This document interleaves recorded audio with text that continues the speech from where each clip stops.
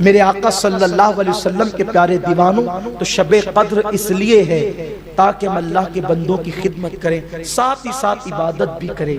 اور آپ نے سنا کہ شب قدر میں اگر کوئی اتنی بھی عبادت کر لے کہ جتنی دیر بکری کا دودھ دویا جاتا ہے تو اللہ اس کی بھی مغفرت فرما دے، بلکہ جو عشاء کی نماز با جماعت پڑھ لے اور فجر کی نماز با جماعت پڑھ لے، اللہ تبارک و تعالیٰ اس کو بھی پوری رات عبادت کرنے کا ثواب عطا فرماتا ہے۔ اور کتنا ثواب عطا فرماتا ہے؟ 1000 مہینے سے بہتر ثواب عطا فرماتا ہے۔ لیکن یاد رکھو، اپنی گفتگو ختم کرتے ہوئے عرض کروں، شب قدر میں سب سے بڑی عبادت اللہ کی مخلوق کی خدمت کے بعد یہ ہے کہ رب کی بارگاہ میں اپنے گناہوں سے توبہ کی جائے، اللہ کی بارگاہ میں معافی طلب کی جائے، کیونکہ مغفرت بڑی چیز ہے۔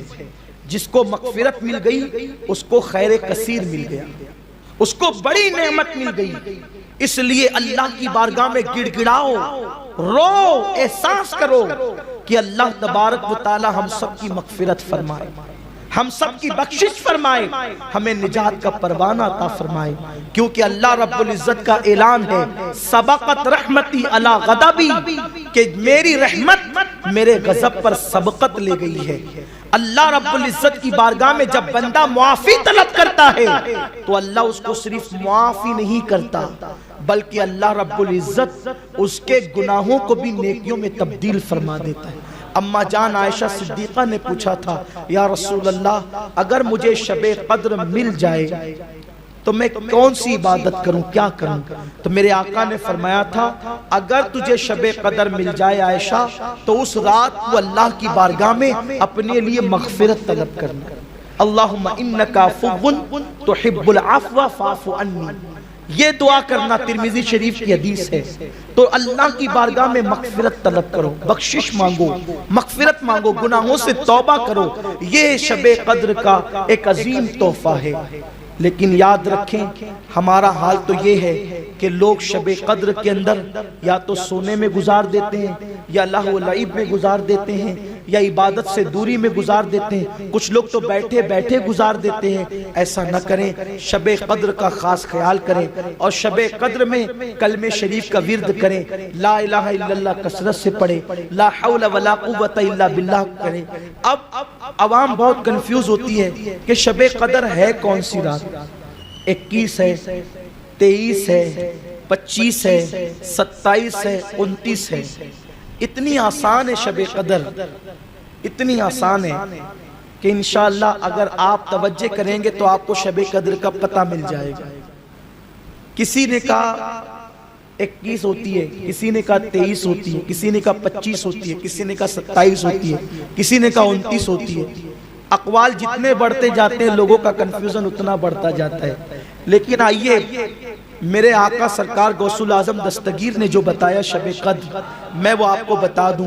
سرکار غوث پاک فرماتے ہیں، جس دن تو دل کی گہرائی سے اللہ کی عبادت کر، جس دن تو دل کی گہرائیوں سے، جس شب تو دل کی تہ سے اخلاص کے ساتھ اللہ کی عبادت کر، بس وہی رات تیرے لیے شب قدر ہے۔ شب قدر کیا ہے؟ جس رات تو نے دل سے اللہ کو پکار لیا وہی تیرے لیے شب قدر ہے۔ باقی عوام کو اور معاملات میں الجھنے کی ضرورت نہیں، لوگ اتنا الجھا رہے کہ یہ ہے، یہ ہے، یہ ہے، سارے اقوال اپنی جگہ ہے۔ ارے شب قدر میں بھی دل کافر ہے تو کیا شب قدر ملی؟ سرکار غوث پاک فرماتے ہیں، جس دن تیرا دل حاضر ہے اور خلوص دل سے تو اللہ کو پکار رہا ہے، تجھے شب قدر مل گئی۔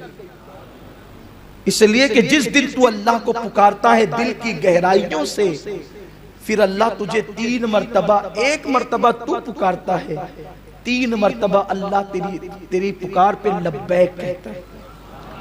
اسی لیے تو حضرت امام زین العابدین جب حج کا احرام باندھتے ہیں تو پہلی مرتبہ لبیک کہتے ہیں تو بے ہوش ہو کر زمین پہ گر جاتے، دوسری مرتبہ لبیک کہتے ہیں پھر بے ہوش ہو کے زمین پہ گر جاتے، تیسری مرتبہ لبیک کہتے ہیں پھر بے ہوش ہو کے زمین پہ گر جاتے۔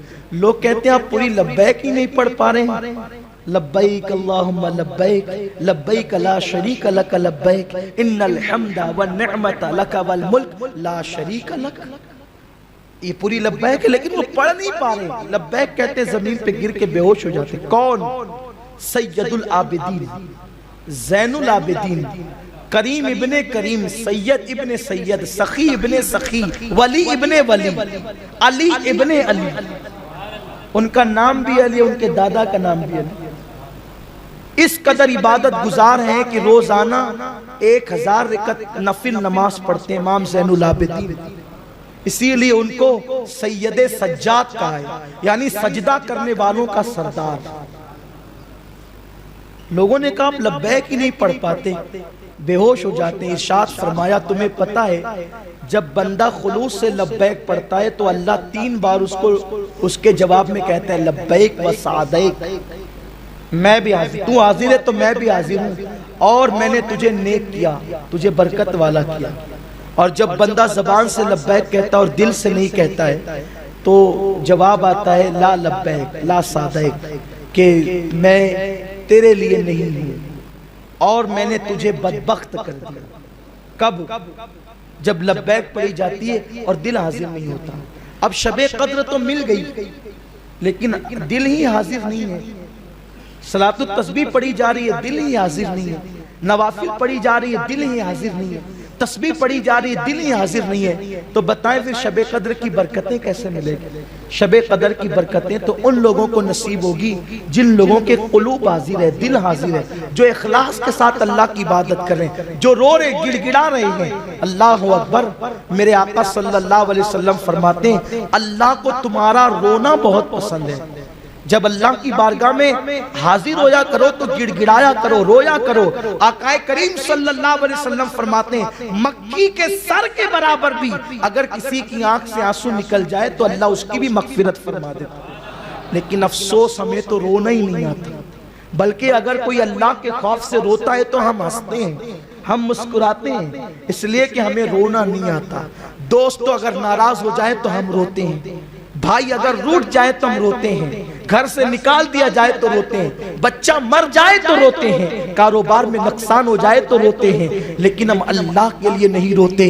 اما جان عائشہ صدیقہ فرماتی ہے میں نے اپنے کانوں سے حضور سید عالم سے سنا ہے آقا کریم علیہ السلام فرماتے ہیں جو اللہ کو منانے کے لیے اپنے گناہوں کو یاد کر کے روتے ہیں اللہ ان لوگوں کو بغیر حساب و کتاب جنت عطا فرمائے گا. لیکن ہائے افسوس ہمیں رونا نہیں آتا. سحری کا وقت ہم نے قہقہوں میں گزار دیا، افطار کا وقت قہقہوں میں گزار دیا، رمضان شریف کا آخری عشرہ آیا تو اب اس کو ہم بازاروں کی زینت میں گزار دیتے ہیں، بازاروں میں خریداری کے لیے گزار دیتے ہیں. کون روئے گا ہمارے حال پر؟ کون روئے گا ہمارے اعمال پر؟ کون روئے گا ہماری آخرت کے حوالے سے؟ یاد رکھیں اللہ کے خوف سے تو پتھر بھی رویا کرتے ہیں، اللہ کے خوف سے تو پتھر بھی رویا کرتے ہیں. کیا ہمارا دل اتنا سخت ہو گیا پتھروں سے زیادہ کہ ہم اللہ کے لیے نہیں روتے، رب کی بارگاہ میں مغفرت نہیں چاہتے، رب کی بارگاہ میں دعا نہیں کرتے؟ اللہ کے حبیب صلی اللہ علیہ وسلم نے فرمایا جس کو ماہ رمضان ملا اور اس کی مغفرت نہیں ہوئی وہ اللہ کی رحمت سے دور ہو گیا. ماہ رمضان تو مل گیا، کیا مغفرت بھی مل گئی؟